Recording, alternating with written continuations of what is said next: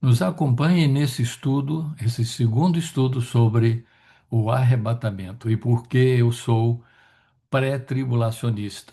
Então, vimos 7 razões no primeiro estudo e agora eu gostaria de falar sobre mais 2 razões muito importantes, uma tendo tudo a ver com o matrimônio na época de Jesus e o simbolismo riquíssimo e como as duas passagens bíblicas que mais falam, que mais são citadas sobre o arrebatamento, tem tudo a ver com esse linguajar matrimonial. E Jesus, então, quando ele falou com os discípulos, estava falando nesse sentido e também com as 7 festas do Senhor, que na verdade são um calendário, um mapa profético para a gente. As primeiras 4 festas têm a ver com a primeira vinda e foram cumpridas na primeira vinda de Cristo. E então restam mais 3 festas e nós podemos aprender muito sobre as que já foram cumpridas, em termos da seriedade e das datas que foram realmente guardadas literalmente. Então, vamos entrar nesse estudo e entender um pouco mais sobre o que a palavra de Deus nos fala sobre o arrebatamento. Que Deus possa abençoar o nosso estudo da sua palavra. Queremos dar as boas-vindas e dizer que hoje nós temos uma história fascinante, uma história muito interessante sobre o matrimônio na época de Jesus. Eu tenho esses 2 livros, eu mencionei no nosso grupo, né, do WhatsApp. Eu tenho esses 2 livros, são livrinhos, olha, mas o autor, que já faleceu, já tem alguns anos, chamado Zola Levitt, ah, é um cristão, é um judeu messiânico. E então é muito interessante a gente ver como que os judeus messiânicos eles têm uma contribuição enorme para dar para a igreja em termos do seu conhecimento da cultura judaica. Então ele explica aí algo muito interessante que nós vamos ver hoje. Aliás, vamos ver 2 coisas, né? O matrimônio e as festas do Senhor. No ano passado, no mês passado, nós vimos a primeira parte da nossa série aí, série de 2, que é porque eu sou pré-tribulacionista e dei 7 razões pelas quais sou pré-tribulacionista, um estudo mais ou menos intenso, com várias partes. Esse estudo hoje vai ser mais tranquilo, mais um pouco mais simples e vamos estar concentrando mais assim em 2 aspectos: o matrimonial e das festas do Senhor, que realmente isso é muito importante para a gente conhecer, entender o calendário profético de Deus em relação a Cristo, em relação à igreja, em relação à sua primeira vinda e à sua segunda vinda. E então isso nos ajuda muito a realmente ter essa visão. Então, esse é o livro, né? Acabo de mostrar aí, adaptado desse, vamos falar hoje um pouco aí, adaptado desse livreto. E então, nós queremos falar dessas 2 passagens e várias outras, mas essas são as 2 que o pessoal normalmente usa, concentra mais em 1 Tessalonicenses 4, 16 e 17, e o Evangelho de João 14, de 1 a 3. São os 2 lugares, as 2 passagens mais usadas sobre o arrebatamento, apesar de que há tantas outras passagens que mencionam um pouco aqui, um pouco ali. Inclusive, 1 Coríntios 15 a gente poderia citar também, que fala da ressurreição. Vamos estar citando uma partezinha aí desse capítulo que tem a ver diretamente com o arrebatamento, né? Então, vamos ver aí, 1 Tessalonicenses 4, 16 e 17, diz, e olhem aí a parte que eu coloquei em amarelo, São palavras-chaves aí que nós vamos ver depois como isso encaixa com o matrimônio da época de Jesus. Pois dada a ordem com a voz do arcanjo, né, ou seja, um grito, né, uma palavra de ordem, um grito, um clamor, né, com a voz do arcanjo e o ressoar da trombeta de Deus, o próprio Senhor descerá dos céus e os mortos em Cristo ressuscitarão primeiro. Depois nós, os que estivermos vivos, seremos arrebatados. Daí que vem, como já falamos antes, né? Daí que vem a palavra arrebatamento, não é o arrebatados, com eles nas nuvens para o encontro com o Senhor nos ares. E assim estaremos com o Senhor para sempre. A palavra é muito importante a gente entender que a palavra arrebatado aí, ah, que vem do grego, então a ideia é praticamente raptado. Inclusive em espanhol, muitas vezes o pessoal usa o termo rapto, né?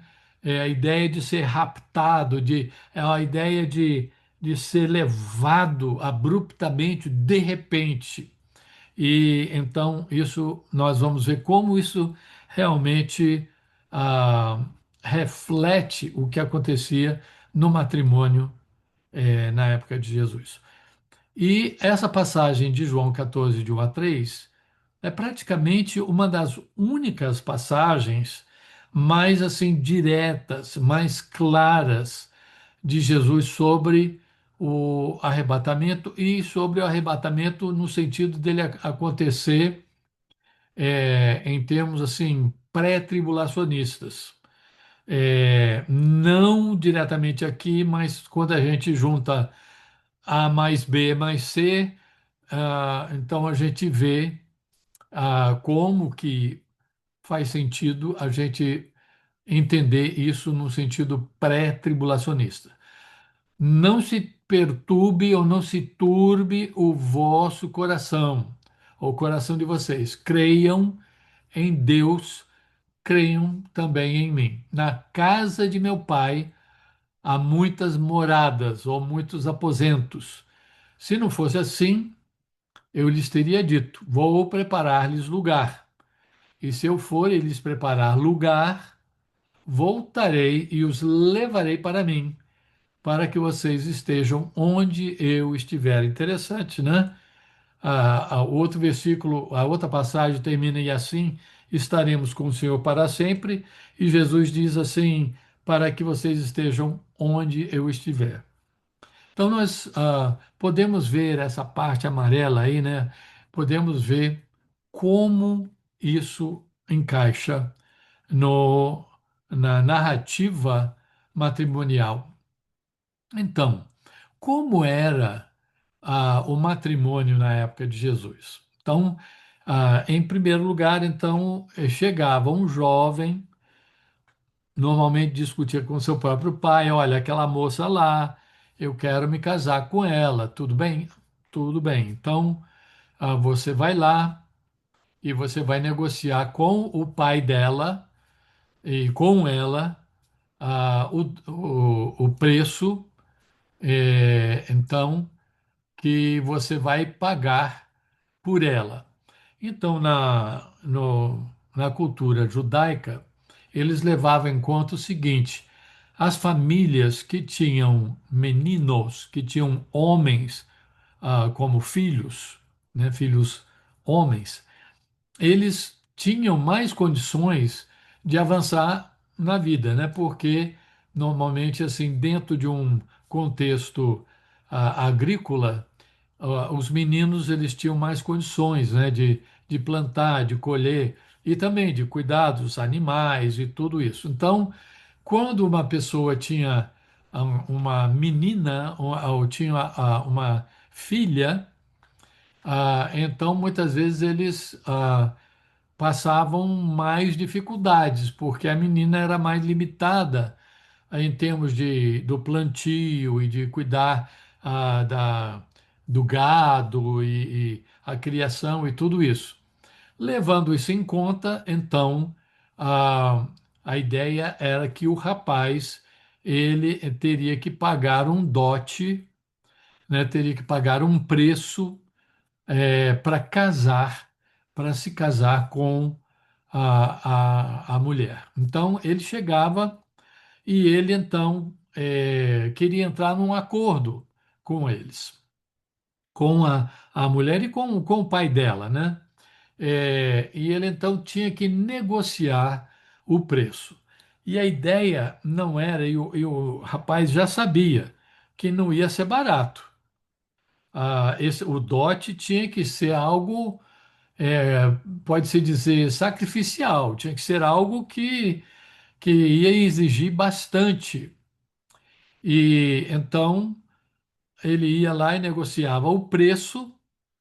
Esse preço, então, ele pagava naquela hora, então é esse o preço, esse é o dote, ele já pagava, e eles, para selarem o acordo, muitas vezes eles tomavam um copo de vinho, e com isso eles selavam o acordo. Na hora do rapaz ir embora, ele dizia algo tipo: não se preocupe, né? Nós vimos lá, não se turbe o vosso coração, né?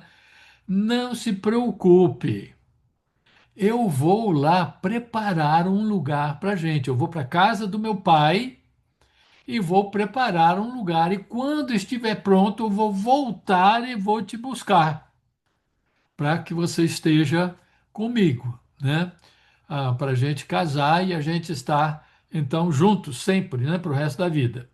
Então, dentro desse contexto aí, a gente vê aquelas palavras de Jesus se encaixando perfeitamente. Os discípulos, tendo ouvido aquilo, eles teriam entendido esse contexto cultural matrimonial. Então, esse acordo, nós podemos ver que o acordo que Jesus fez conosco foi um acordo, foi um pacto, foi uma aliança de sangue, né? E Jesus, então, interessante que ele, naquela última ceia lá com os seus discípulos, na última ceia lá, ele tomou um cálice, olha só, o cálice de novo, aí o vinho, como quem diz: estou selando aqui com vocês esse acordo, essa aliança. E tomando o cálice e dando graças, deu-lhe, dizendo: bebei todos dele todos, porque isto é o meu sangue, o sangue do Novo Testamento, ou testamento é sinônimo de pacto ou aliança. Esse é o sangue do novo pacto, que é derramado por muitos para a remissão ou perdão de pecados, dos pecados. Esse era o acordo que Jesus fez com seus discípulos. Eu estou pagando o preço, e o preço que eu estou pagando é por vocês, mas é pelo pecado de vocês, para que vocês sejam livres para serem, para que a igreja seja a noiva e a esposa de Cristo. Eles, depois que eles então tomavam a ceia, e na época quando eles então celebravam a Páscoa, eles tinham uma música, né, que eles cantavam, e eles tinham algo que eles recitavam. Todos os judeus da época de Cristo até hoje, eles, durante o Seder, né, essa celebração da Páscoa, eles dizem: bendito és tu, ó Senhor nosso Deus, Rei do universo, Criador do fruto da vide. Então, como nós falamos aí depois, que o futuro noivo propunha e a futura noiva aceitava, selavam o acordo com um cálice de vinho. E mais uma vez, o preço e o acordo, nós vemos aí ah, Jesus falando bem antes da crucificação, antes dele ser crucificado. Nós podemos ver que o preço que ele pagou foi extremamente alto. Não foi brincadeira, a gente sabe que não foi, mas foi algo que pesava tremendamente sobre ele. Ele deu a vida dele. É interessante que ele veio e Hebreus fala, né, como ele assumiu um corpo humano para que ele pudesse, com aquele corpo humano, oferecer um sacrifício a Deus, um sacrifício perfeito, sem mancha, sem mácula, para morrer em nosso lugar. Mas pesou muito e ele, então, ele ora no jardim do Getsemane, ele ora e fala: Pai, se queres, afasta de mim este cálice. Contudo, não seja feita a minha vontade, mas a tua. Apareceu-lhe então um anjo do céu que o fortalecia. Estando angustiado, ele orou ainda mais intensamente, e o seu suor era como gotas de sangue que caíam no chão. Então ele pagou um preço muito alto, mesmo sabendo do sofrimento não só físico, que era uma das maneiras mais terríveis e cruéis de ser assassinado, podemos dizer, né, de ser executado. Ele sabia que estaria tomando sobre si o pecado do mundo inteiro. Tanto que ele na cruz, ele cita Salmo 22 e diz: meu Deus, por que me abandonaste? Naquela hora veio aquela separação dele com o Pai pela primeira vez em toda a eternidade, porque ele assumia sobre si os nossos pecados. Então ele pagou muito caro. Então, tendo em vista esse preço tão caro, né, que Paulo nos diz lá em 1 Coríntios 6:20, ele diz: porque também Cristo padeceu uma vez pelos pecados, o justo pelos injustos, para levar-nos a Deus, mortificando na verdade na carne, mas mortificado na verdade na carne, mas vivificado em espírito. 1 Pedro 3:18. E depois Paulo, em 1 Coríntios 6:20, diz: porque fostes comprado por bom preço. Glorificai, pois, a Deus no vosso corpo e no vosso espírito, os quais pertencem a Deus. Então, fomos comprados por um bom preço. Então, é interessante, é importante a gente lembrar que, assim como a noiva, a futura noiva, ou a futura esposa, ela ela sabia que ela teria que esperar muito tempo, e nós vamos falar um pouquinho mais sobre isso, mas ela ficava tranquila lá, sabendo que um dote muito caro tinha sido pago. Então ela ficava tranquila, não, ele não vai deixar de vir aqui e me buscar, porque ele já pagou um preço, um bom preço por mim, um dote, né? Então, nesse ínterim, o que acontecia com o noivo, o que acontecia com a noiva? A noiva, então, ficava esperando, muitas vezes com um véu, para que o pessoal soubesse, é como uma aliança hoje em dia, né? Essa pessoa já foi prometida para outro.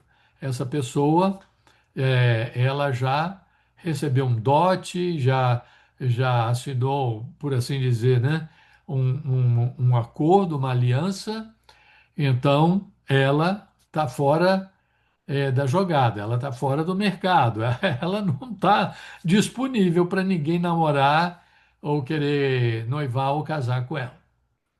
E então a noiva ela tinha que esperar bastante, mas ela esperava tranquila, sabendo que certamente o seu prometido viria buscá-la quando tudo estivesse pronto, porque ele já havia ah, pago ou pagado aquele dote tão enorme. E o noivo, o que que ele fazia? Ele voltava para a casa do pai dele e lá ele ia então construir um cômodo a mais na casa do pai, ou talvez um cômodo não anexo, mais perto da casa do pai. Ou então, se ele fosse mais pobre, ele talvez e já teria um cômodo lá que ele então reformaria e prepararia. E ele teria que então trabalhar bastante nisso. E se passasse alguém e perguntasse: e aí, Fulano, quando é que vai ser o grande dia? Quando é que você vai casar? E aí? Ele, o que que ele dizia? Ele dizia: eu não sei, porque o meu pai é que decide. Quando ele chegar aqui e disser: ok, meu filho, agora o cômodo está pronto, está certo, está muito bom, agora você já pode ir lá buscar sua noiva, aí sim, mas é o meu pai que sabe. Não é interessante que Jesus disse isso também? Que só o pai sabia quando ele voltaria, quando Jesus, o filho do homem, voltaria. Então ele ficava lá trabalhando, arrumando e às vezes demorava um ano inteiro. E a noiva e não tinha, obviamente naquela época não tinha o celular para ele ligar para ela e dizer, olha, está progredindo aqui, fique tranquilo. Não. Então, às vezes eles moravam em outra vila, outro lugar, e então ele ia trabalhando e preparando aquele lugar até que o pai dele dissesse que estava pronto. E tem que lembrar que então o casamento, o matrimônio em si, e a gente hoje em dia acha isso bastante difícil até de crer, difícil de entender, ah, o casamento, a lua de mel durava 7 dias, ou seja, quando ele chegasse com a esposa, os dois entravam nesse cômodo que o filho, que o noivo havia preparado, e ali ficavam 7 dias, como que enclausurados. E quando a, na lua de mel o matrimônio se consumava, já tinha o amigo do noivo que ficava à porta do lado de fora, e então o noivo chegava e dizia pela porta: olha, está consumado. Aí eles iam lá, oh, ok, e o pessoal e o pai tinha lá já as pessoas já a festa de casamento, de o matrimônio, lá o pessoal lá então celebrando o casamento e o fato de já estar consumado. Lembre-se das bodas de Caná, quando o vinho acabou, né? O primeiro milagre de Cristo foi fazer mais vinho. Então era muito comum, era mais comum isso aí, porque 7 dias era difícil ter as provisões para esse tempo todo aí, né? Para o pessoal. Bom, então o noivo ia lá preparando tudo, a noiva ficava esperando, o noivo tinha prometido: olha, eu vou voltar, fique tranquila. E a ideia judaica era realmente uma ideia romântica deles era chegar de surpresa, sem avisar antes, né? Mas na hora de chegar, avisar com o amigo do noivo, então chegaria e gritaria, e dizia: Ó, o noivo está chegando! E então, com isso, a noiva que já deveria estar lá com a sua lamparina e o seu azeite, né, o óleo lá preparado com suas damas de honra, às vezes eram suas irmãs, às vezes eram suas amigas, já muitas vezes já sentindo, olha, está chegando o momento, vamos estar preparadas, e até dormiam lá, já começava a dormir lá na casa da noiva, já todas preparadas com as lamparinas, com o azeite, e a noiva já praticamente dormindo, já vestida com a sua roupa de noiva, porque o noivo chegava, havia só um aviso rápido e passava e como que ah, levava a noiva repentinamente, assim, quase que como que sequestrando a noiva e levando embora ela e as suas companheiras, né, as damas de honra. Veja então que Jesus diz isso, né? Na casa do meu pai há muitos aposentos, e se não fosse assim, eu teria dito: vou preparar lugar, e preparado o lugar, eu voltarei e levarei vocês para que estejam comigo. Então, a gente vê essa aplicação para o céu. A casa do meu pai, obviamente, é o céu, né? E voltarei da onde? Do céu, para levar vocês para onde? De volta para o céu. Então, mencionamos que a ideia de Jesus voltar e a gente ir encontrar com ele nos ares e voltar imediatamente com ele para inaugurar o reino milenar não leva esse versículo em conta, porque aqui Jesus dá a entender que ele foi preparar um lugar no céu e vai levar a gente para lá por um tempo. Quanto tempo? Nós vamos ver o paralelo aí desses 7 dias de lua de mel com o tempo que a igreja vai passar no céu. A vinda inesperada é aquela ideia, né, de romântica do noivo chegar e levar. Era assim como que uma brincadeira, uma coisa assim que eles faziam com muita alegria, era muita emoção e tal, né? E Jesus diz: vigiai, pois, porque não sabeis o dia nem a hora em que o Filho do Homem há de vir. Então, é essa mesma ideia. O noivo vai chegar é, realmente de surpresa e você tem que estar preparado. Sim, você tem que ter muita, nós temos que ter muita paciência. Nós temos que esperar, às vezes, por muito tempo, mas nós precisamos estar preparados, todo dia preparado, todo dia, qualquer dia, Jesus pode voltar para buscar os seus. E então precisamos vigiar e orar e estar prontos para isso. E o grito de chegada, nós vemos aí, tá vendo o paralelo agora? Como nós mencionamos aí, a voz do arcanjo e tudo isso, e aí seremos arrebatados. Então, aquela ideia do grito de chegada e o apóstolo Paulo falando sobre essa questão, o que vai acontecer, Jesus voltando. Então, antes dele chegar, na hora que ele já está chegando, vamos ouvir a voz do arcanjo e o ressoar da trombeta. A trombeta é muito importante, é mais importante, talvez simbolicamente, na segunda parte do que vamos estar comentando hoje, que tem a ver com as festas do Senhor.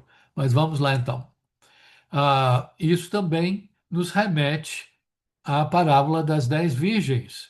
Lembre-se em Mateus 25, de 1 a 13, como Jesus conta essa parábola das 10 virgens e como 5 estavam preparadas e 5 não estavam preparadas para a chegada do noivo, né? E então as que estavam preparadas tinham suas lâmpadas, suas lamparinas, né? Cheias de azeite, e elas tinham as suas vasilhas como que uma reserva, né, de azeite. O que significa o azeite? No Antigo Testamento e especialmente no Novo Testamento, aquela ideia de unção, a ideia de azeite, sempre refere ao Espírito Santo de Deus. Então, ah, aqueles que têm o Espírito Santo de Deus, aqueles que têm o óleo, esses são os verdadeiros fiéis, os verdadeiros seguidores de Cristo. Os que têm toda a aparência, e fazem tudo certinho e dão a entender que pertencem a Deus, pertencem a Cristo, mas não têm o Espírito Santo, essas pessoas vão ficar quando houver o arrebatamento, porque elas não são salvas. Porque se você é salvo, você tem o Espírito Santo vivendo em você. Então, Nós não vamos ler tudo isso aí, mas queremos apenas mostrar essa parte sublinhada em vermelho, né? Essa parábola aí, falando sobre tomando suas lâmpadas saíram ao encontro do esposo, tá vendo? O contexto de matrimônio aí. E aí no versículo 6, mas à meia-noite. E muitas vezes era exatamente isso que faziam. Chegavam bem tarde, normalmente meia-noite mesmo. Todo mundo dormindo, aquele silêncio tremendo, e chegava o noivo para levar a sua noiva. Mas à meia-noite ouviu-se um clamor. Aí vem o esposo, sair-lhe ao encontro. Então, aquele grito, como o do arcanjo, também vai acontecer, né? E depois, as que estavam preparadas entraram com ele para as bodas. E se fechou a porta, ou seja, ó, aconteceu o, o arrebatamento e pronto. Quem foi, foi. Quem não foi, não vai. Não vai no arrebatamento. Pode até com isso se converter e ver, olha, o que eles estavam me dizendo é ver, eu tenho que aceitar a Cristo e tal, mas aí vai passar realmente o inferno na terra, mas ainda há esperança de salvação. A pessoa pode se converter, mas ela não vai durar muito tempo, vai ser martirizada. Aqui é o que tudo indica, a não ser que seja um dos poucos protegidos e que consigam, de alguma forma, escapar às artimanhas do anticristo. E então, por isso, Jesus diz: vigiai, pois não sabeis o dia nem a hora em que o Filho do Homem há de vir. E ele então se coloca como noivo. Noivo de quem? Noivo da igreja, daqueles que pertencem a ele. Então, e a lua de mel? Vamos agora falar então sobre a lua de mel, as bodas, a ceia e a saída. Então, quanto à lua de mel, realmente vamos ver aí que a lua de mel no matrimônio na época de Cristo durava 7 dias. Esses 7 dias, eles representam 7 anos. Ou seja, quando a gente faz a comparação, o exemplo, né, do matrimônio aplicado à realidade do arrebatamento, vocês se lembram que falamos sobre a 70ª semana de Daniel, que realmente vai ser, então, os 7 anos de tribulação, 3,5 de tribulação, 3,5 de grande tribulação. Enquanto isso está acontecendo na terra, no céu vai estar ocorrendo essa lua de mel, mas não é a lua de mel como muitas vezes a gente imagina aquela coisa. Vai ser o que acontece na lua de mel? É quando o casal realmente passa a se conhecer intimamente. E então o paralelo espiritual disso aí é que vai haver um juízo, um julgamento bema, que no grego, né, chamado bema, era e vamos ver daqui a pouco isso aí, uma imagem disso aí, era como que um pequeno trono, não ficava muito no alto, ficava às vezes em praça pública, e um administrador ou uma autoridade ficava lá julgando pessoas, avaliando, etc. e tal. Então, essa ideia lá, eu creio que é 1 Coríntios 5,9, né? O apóstolo Paulo fala que todos nós temos que nos apresentar diante do julgamento de Cristo. E isso vai ocorrer, a ideia é que isso vai ocorrer durante aqueles 7 anos no céu. Nós vamos, em outras palavras, eu creio que uma palavra que para a gente faria mais sentido seria uma avaliação, porque não é um julgamento para condenação, ou seja, nossos pecados já foram pagos, nós fomos redimidos, nós fomos resgatados, um dote tremendo foi pago por nós. Então, nossos pecados já foram expiados, já foram perdoados, já ficaram para trás. Então, o que é esse julgamento aí? O julgamento tem a ver com as nossas obras. O Zola Lever, ele fala uma coisa interessante, porque ah, Paulo, o apóstolo Paulo, fala sobre como essa. Aí está o versículo, né? Porque todos devemos comparecer ante o tribunal de Cristo para que cada um receba segundo o que tiver feito por meio do corpo, ou bem ou mal. Então, a ideia aí, depois ele também fala, eu creio que é 1 Coríntios 3, ele fala sobre como que as nossas obras vão ser avaliadas e julgadas, vão passar pelo fogo. E aí o que for obra que não tem nada a ver, a motivação errada, Deus não mandou fazer aquilo, você fez da sua cabeça, aquilo vai ser queimado e não vai sobrar. E Paulo até fala, mas a pessoa vai ser salva, mas aquelas obras serão como que perdidas, serão como que queimadas. Vão só sobrar as obras boas. Então, voltando aqui, a ideia é que durante aquele tempo, aqueles 7 anos, nós, as obras más que nós fizemos, as obras que não têm nada a ver, serão queimadas e já estarão fora, então, da realidade lá, fora do nosso registro, o que seja. Mas outra razão, que esse autor não menciona, mas é algo muito importante para a gente lembrar, é que justamente durante esse juízo Bema, desse julgamento Bema,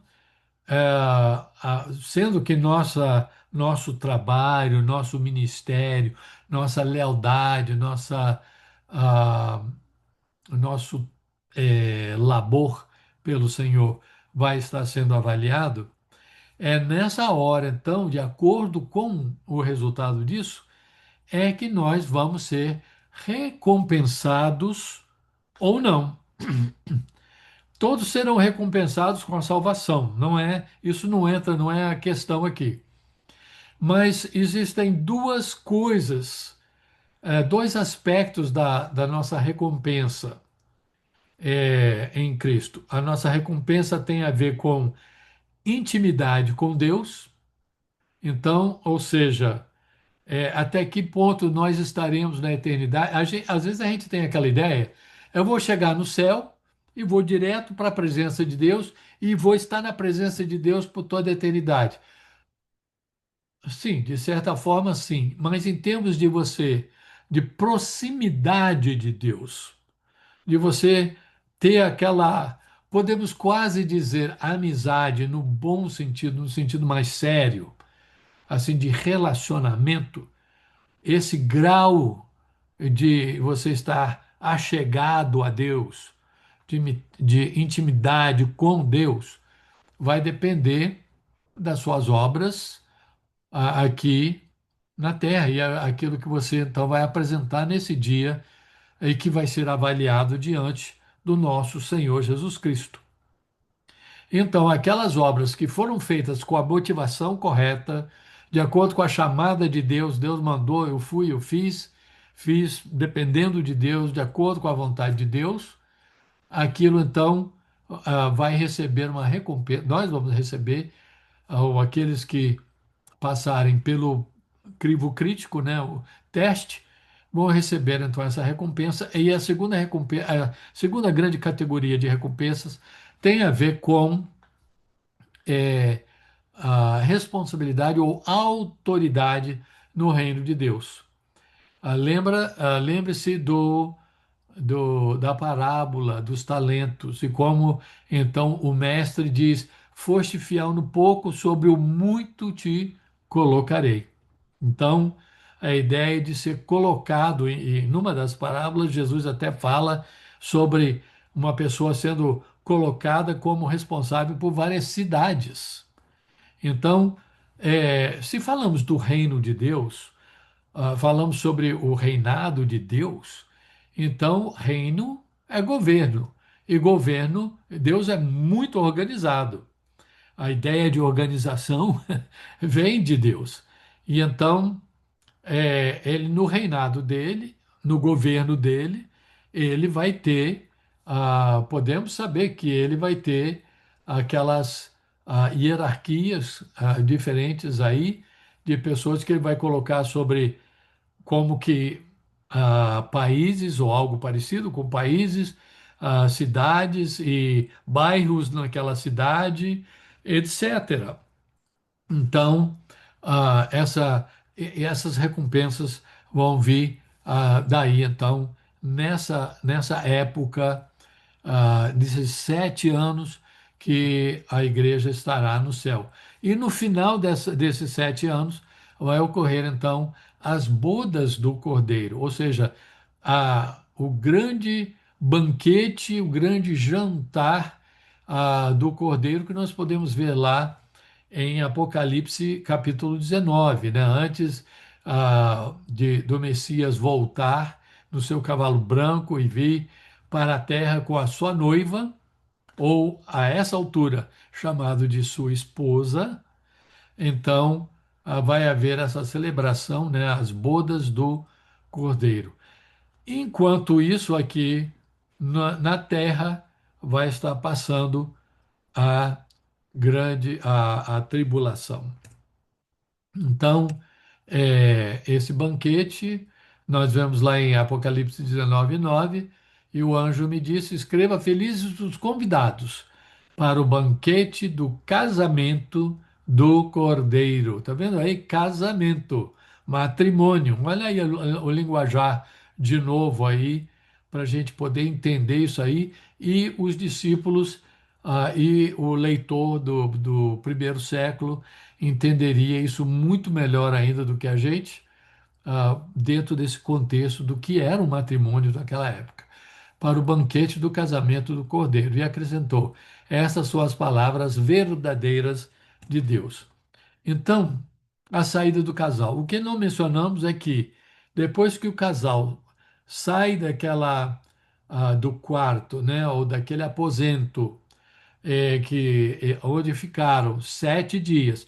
Eles saem e o pessoal convidado para o casamento, para o matrimônio, festeja, se alegra e todos então participam de um jantar especial. E depois desse jantar especial, desse banquete, então o casal sai da casa do pai para a sua própria casa, que o filho também já ou comprou ou construiu, onde ele vai morar então com a sua nova esposa. E isso vai acontecer também, olha o paralelo que Apocalipse 19, 14 a 16 nos diz: os exércitos dos céus, anjos, mas também sabemos que a igreja vai estar aí, o seguiam. Aí nós vemos a igreja. Às vezes nós temos versículos que falam sobre anjos voltando com Cristo.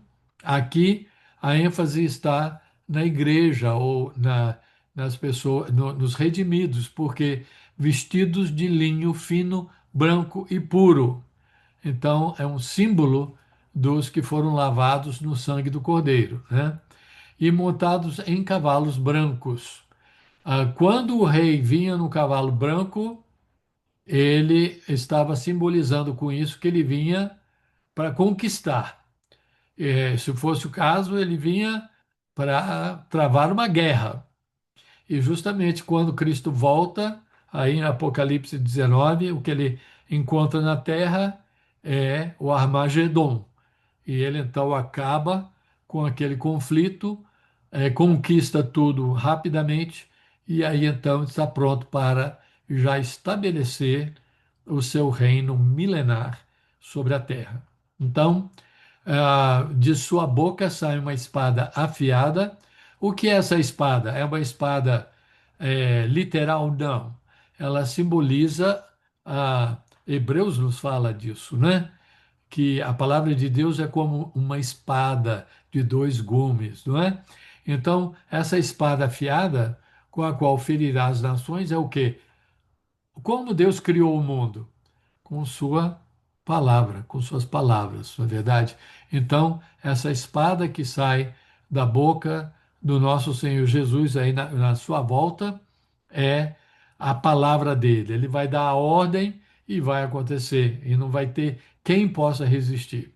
Ele os governará com cetro de ferro, uma referência ao Salmo capítulo 2, uma referência muito importante, onde fala em Apocalipse, Apocalipse 2, lá com uma das igrejas, fala: vocês vão reinar com cetro de ferro. A ideia é esse governo durante o reino milenar, que vai ser julgamento instantâneo. Agora, as pessoas são corruptas, governos são corruptos, e a gente pergunta: Senhor, quando o Senhor vai julgar essas pessoas e tirar essas pessoas e resolver esse problema? Bom, durante o milênio não vai ter isso. Pecou, vai ser punido imediatamente. Essa é a ideia de cetro de ferro. Ele pisa o lagar do vinho do furor da ira do Deus Todo-Poderoso em seu manto. Então a gente vê que aí ele está chegando no final da tribulação, né? A ira do Senhor. Em seu manto e em sua coxa está escrito este nome: Rei dos Reis e Senhor dos Senhores. Então agora nós queremos passar rapidamente para a segunda parte do nosso estudo hoje, que tem a ver com as sete festas do Senhor. Mas eu espero que tenha ficado claro esses paralelos do matrimônio da época de Cristo com a, a segunda vinda e, bom, com o arrebatamento e a segunda vinda do nosso Senhor. Então, agora vamos ver o aspecto que tem a ver com as festas do Senhor. As primeiras quatro festas do Senhor, isso aí você pode ver todas as sete festas mencionadas em Levítico 23. Essas festas do Senhor são essenciais para a gente poder entender a sequência e entender melhor o calendário profético de Deus. Essas quatro festas têm tudo a ver com o sentido original, tem a ver com a agricultura.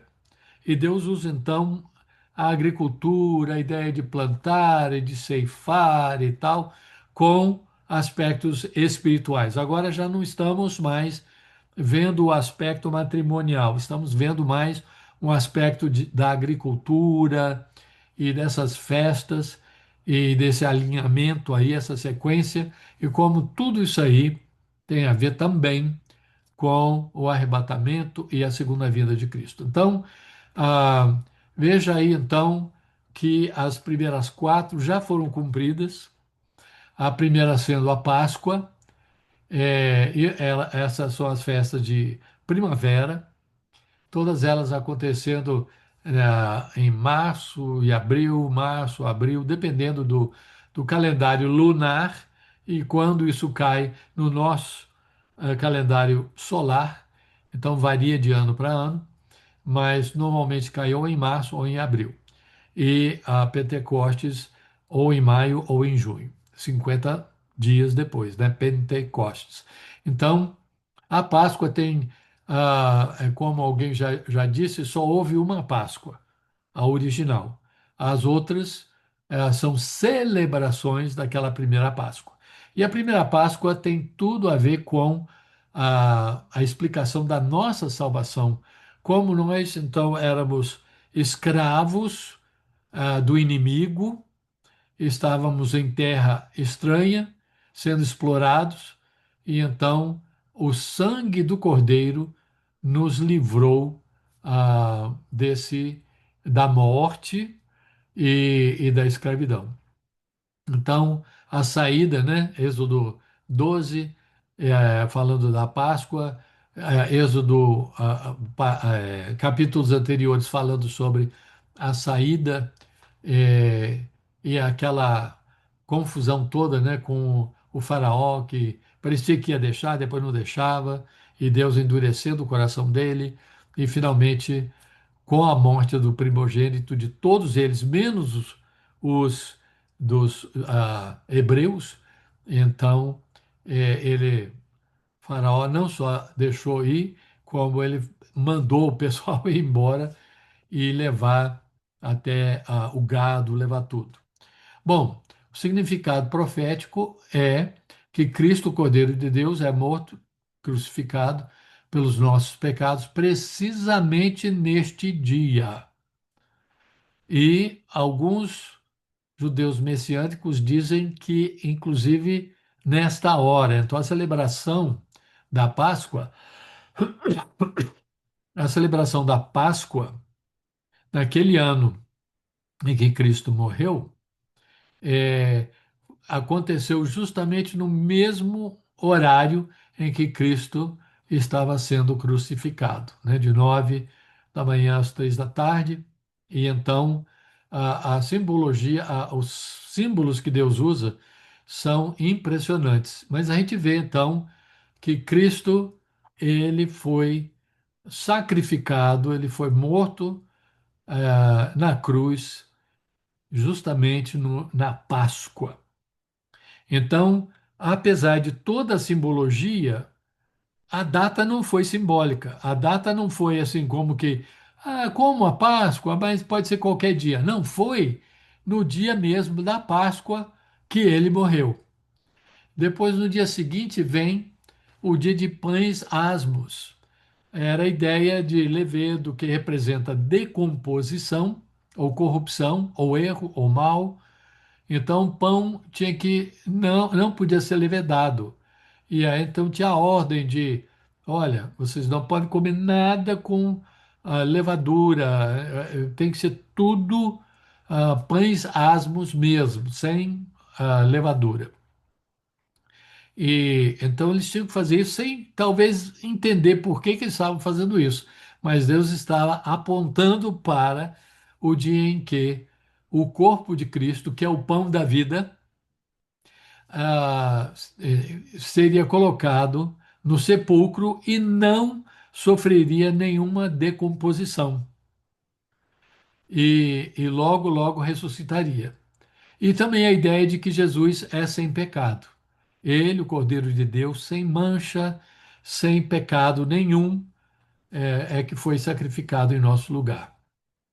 E isso acontece no dia seguinte. Então, o primeiro é a Páscoa é em Nissan, que era chamado Abib, depois passou a ser chamado Nissan, o 14º dia.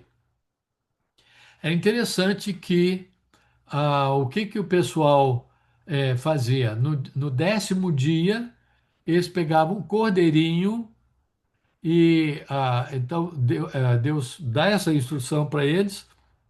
Eles pegavam um cordeirinho perfeito e colocavam dentro de casa e agiam com aquele cordeirinho como se fosse um animalzinho de estimação. E no 14º dia eles matavam aquele cordeiro. E a gente pode dizer, mas que crueldade, mas que coisa! Mas por quê? Para eles sentirem o peso do pecado.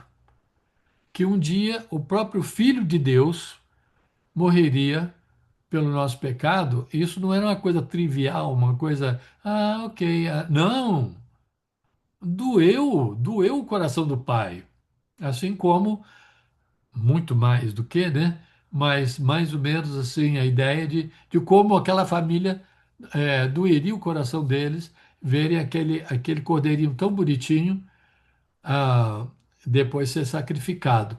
Então, depois disso vem as primícias. E aqui a gente coloca que a ideia é que ele viria no dia seguinte, dia 16 de Nissan, mas na verdade, lá em Levítico 23 mesmo, diz que ele viria no dia, é, o que viria depois do primeiro sábado, porque a festa de pães asmos durava 7 a 8 dias. Então, nesse ínterim, né, dessa semana, fatalmente, ia ter um sábado e um domingo. Então, quando que viria, então, a Páscoa? Dia 14 de Nissan. Podia ser uma segunda, uma terça, uma quarta-feira. Mas, então, quando seria a primícia? Seria naquele próximo domingo.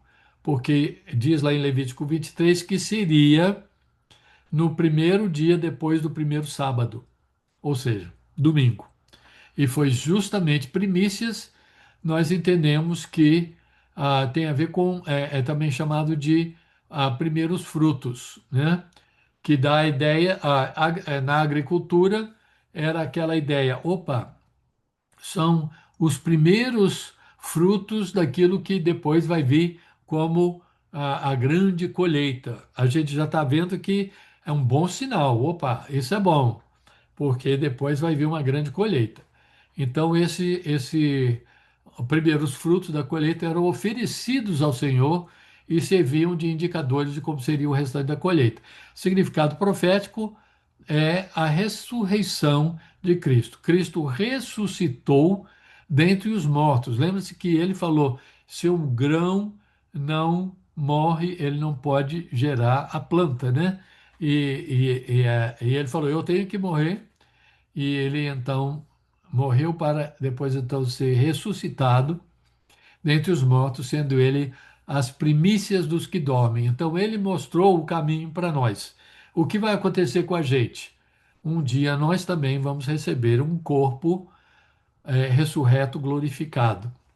Mas nas festas aqui, a ênfase realmente é na ressurreição do Senhor Jesus Cristo. E ele realmente ele ressuscitou naquele domingo naquele domingo. Ou, na verdade, provavelmente, não queremos entrar nesses detalhes agora, mas no sábado à noite, que para o judeu já era o próximo dia, porque o dia deles começa à noitinha.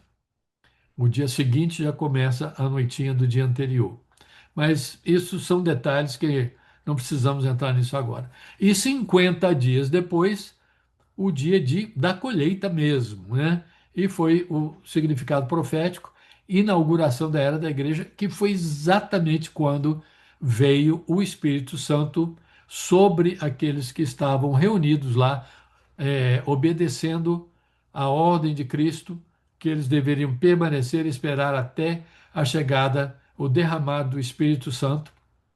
E a colheita foi naquele dia de 3.000 almas, 3.000 pessoas que aceitaram, que receberam a Cristo como seu Senhor e Salvador. Então, é muito importante ver aqui que essas festas do Senhor ocorreram justamente como que Cristo ele cumpriu no dia exato a Páscoa, pães asmos e primícias. Nós não vamos entrar aqui nesse esquema aí que é bastante complicado. E se vocês depois quiserem adquirir esse livro aqui, é, aliás, eu tenho que mandar aquele esquema para o pessoal que está aqui ao vivo. Vou fazer até uma cópia aqui, ok? Vou mandar depois o esquema sobre as festas do Senhor, mas isso aqui também sobre a ressurreição está nesse livro que pode ser adquirido na Amazon, que tem esse e muitos outros esquemas é, falando aí sobre estudos bíblicos lá. Bom, mas então aqui você pode ver o que é essencial frisar aqui é que Cristo cumpriu no dia exato, da sua primeira vinda, ele cumpriu aí exatamente naqueles dias das festas do Senhor, a Páscoa com a crucificação, pães asmos, ele na sepultura e primícias que veio então naquele domingo e a ressurreição dele então. Então, por que é tão importante frisar isso? Porque nós temos agora três festas que sobraram, que são as de outono, que não foram cumpridas ainda. Elas vão ser cumpridas tendo a ver com a segunda com a volta de Cristo. Então, hoje nós queremos concentrar na festa de trombetas. Por isso que eu coloquei aí um círculo vermelho em volta. Mas era muito interessante isso aí. O que que acontecia? Sentido original, Rosh Hashanah, ou Rosh Hashanah, dia de santa convocação, sábado de descanso, sacrifício e ofertas ao Senhor, o memorial com som de trombetas. O que que acontecia? No dia de Rosh Hashanah, lá no templo, o sacerdote pegava aí o shofar, essa corneta aí feita do carneiro, né? Essa trombeta, soava e o pessoal que estava no campo, é interessante que no campo muitas vezes tinha o hebraico, né, o judeu, e tinha o árabe, às vezes, trabalhando lá junto com eles. Quando o judeu escutava aquele som, ele sabia, estou sendo convocado, deixa eu ir lá para o templo, largar tudo e ir lá para o templo. Os outros que não tinham nada a ver com isso, não era parte da sua tradição e da sua crença, ficavam lá trabalhando. Interessante que Jesus diz, lá em Mateus 24, um será levado e o outro será deixado. Interessante, né? Então, aqui a gente vê essa santa convocação e o pessoal, então, ouvindo o soar da trombeta, eles iam para o templo se congregarem lá em volta do templo. E lá então eles adoravam a Deus e sacrificavam a ele. E então o sentido profético é justamente o arrebatamento. O Senhor mesmo, ressoada a trombeta, descerá dos céus e seremos arrebatados. A ideia é de ser congregados, de ser arrebanhados, né? Juntos, estando lá com o nosso Senhor, adorando o nosso Senhor. E é sobre isso que nós queremos falar um pouco mais, terminando daqui a pouquinho, mas um pouquinho mais sobre isso. Os outros vou apenas mencionar o dia da expiação, Yom Kippur, um dos dias mais sagrados para os judeus. Então, era o dia de confissão e expiação. Agora, não existe no Novo Testamento, em lugar nenhum, o cumprimento através de Cristo do dia da expiação. Por quê? Porque os nossos pecados foram expiados na cruz, que tem a ver com a Páscoa. Isso já aconteceu. Então, o que é o dia da expiação? De acordo com Zola Levitt, eu acho a, a teoria dele, ou ele não coloca como teoria, ele coloca como é isso, como fato. Né? O Zola Levitt, nesse livreto aqui, ele fala que o dia da expiação é no final da tribulação. A gente vê lá em Zacarias, onde fala sobre o fato de que o pessoal vai finalmente reconhecer o seu Messias, eles vão lamentar e vão chorar por aquele que eles feriram, né? As suas mãos, né? Traspassaram suas mãos, e eles vão orar, vão chorar por ele como quem chora por um primogênito.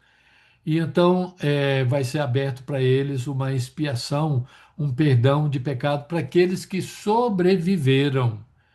Há outras passagens ou há uma passagem, eu creio que em Zacarias, que dá a entender que 2/3 de Jerusalém ou dos judeus serão mortos durante a tribulação. Então, muitos serão mortos. Mas o remanescente, então, será salvo. E Paulo fala sobre isso em Romanos 9, 10 e 11, que um remanescente todo, Israel será salvo. Mas são aqueles que sobrarem, aqueles que conseguiram sobreviver à tribulação, então vai ser oferecido para eles esse perdão de pecados, que a igreja já passou a ter isso aí através de Cristo. Então, isso tem a ver com a segunda vinda, propriamente dito, quando Cristo volta para estabelecer o seu reino no finalzinho da, da tribulação. Então, ocorre o dia da expiação profeticamente. E tabernáculos tem a ver com aquelas cabanas, né, a festa das cabanas, que eram colocadas lá em termos temporários e que até hoje eles colocam essas cabanas nesse ritual que eles têm para lembrar dessa época de quando foram resgatados do Egito e viveram em cabanas. E a ideia é que tinha lá o tabernáculo no meio deles, e a ideia é que no milênio Jesus vai voltar e vai tabernacular, vai estar no meio do seu povo, e então vai ser celebrado então a festa de tabernáculos com a inauguração do reino milenar de Cristo. O próprio Senhor Jesus irá tabernacular junto ao seu povo durante o reino milenar. Ele proverá todas as suas necessidades de proteção e de tudo. Então, trombetas têm a ver com arrebatamento, dia de expiação para Israel, para o povo judeu, no final da tribulação e no iníciozinho da segunda vinda, e tabernáculos, então, o reino milenar de Cristo. Então, a trombeta e a ressurreição, é isso que lhes digo, o mistério. Lá em 1 Coríntios 15, 51 e 52, Paulo diz: nem todos dormiremos, mas todos seremos transformados num momento, num abrir e fechar de olhos, num piscar de olhos, ao som da última trombeta, pois a trombeta soará, os mortos ressuscitarão incorruptíveis, ou seja, já com o corpo glorificado, ressurreto, e nós seremos transformados dessa carne, né? Quem estiver vivo, dessa carne para um corpo espiritual, um corpo glorificado, parecido com o corpo de Jesus, né? As primícias dos que dormem, aquele que primeiro foi ressuscitado e que podia passar por paredes e podia comer comida, mas podia ser reconhecido ou não, mas podia viajar para onde quisesse instantaneamente. Então dá a entender um pouco sobre o corpo glorificado e como será. Então, é interessante que a festa de Rosh Hashanah, hoje em dia a gente ouve mais o pessoal, inclusive judaico, judeu, falando sobre Rosh Hashanah ou Rosh Hashanah, não fala tanto de trombetas, né? Usam o termo original hebraico. Interessante que neste ano nós estamos quase lá. Neste ano de 2026, começa ao entardecer do dia 11 de setembro, porque ao entardecer é quando começa, né, o dia deles, né? O dia que para a gente seria o próximo, né?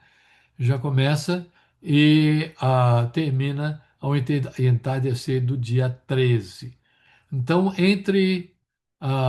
digamos, o dia 12 e 13 agora de setembro, vocês podem esperar o arrebatamento da igreja. Não, gente, ninguém pode colocar data.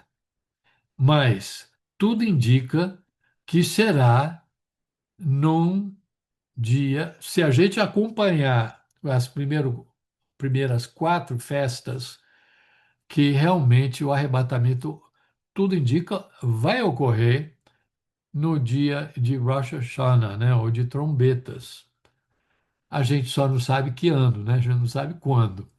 E Jesus avisou que não devemos, nós sabemos que não devemos tentar ficar adivinhando datas. Mas que é interessante é que nós estamos bem próximos a essa data aí, de, da, de trombetas, né?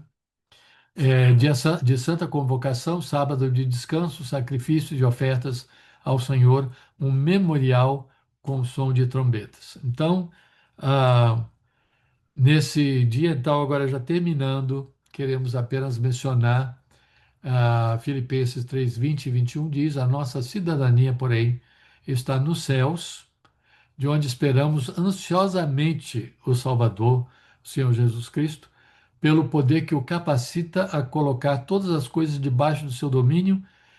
Ele transformará os nossos corpos humilhados, tornando-os semelhantes ao seu corpo glorioso. E temos a mesma ideia em 1 João 3, de 1 a 4, a ideia de que nós somos não só chamados, mas somos realmente filhos de Deus. E quando ele se manifestar, ou seja, quando ele voltar, nós vamos instantaneamente parecer com ele, seremos semelhantes a ele, pois o veremos como ele é. Então, a ideia de arrebatamento e sendo transformados, sendo ressuscitados nesse momento. E o fato é que todos aqueles que têm essa esperança, purifiquem-se, né? Aquele que tem essa esperança, purifique-se a si mesmo, assim como ele é puro.